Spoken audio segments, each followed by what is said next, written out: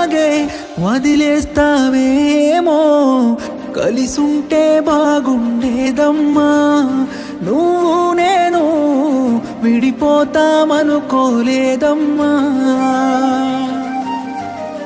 ప్రాణంగా ప్రేమించానమ్మా, నిన్నే నేను దూరంగా వెళ్ళిపోయావమ్మా.